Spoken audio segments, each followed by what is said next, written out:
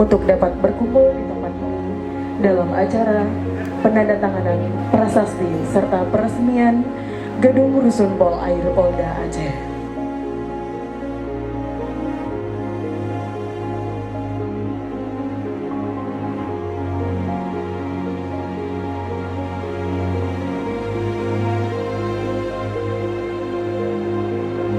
Pagi ini 48 unit Rusun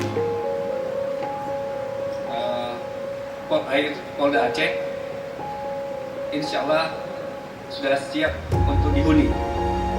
Dan mengucapkan Bismillahirrahmanirrahim pada hari ini Selasa tanggal 30 Januari pukul 08.25 waktu Indonesia bagian Barat, Rumah Susun Pol Air Polda Aceh secara resmi saya nyatakan siap digunakan.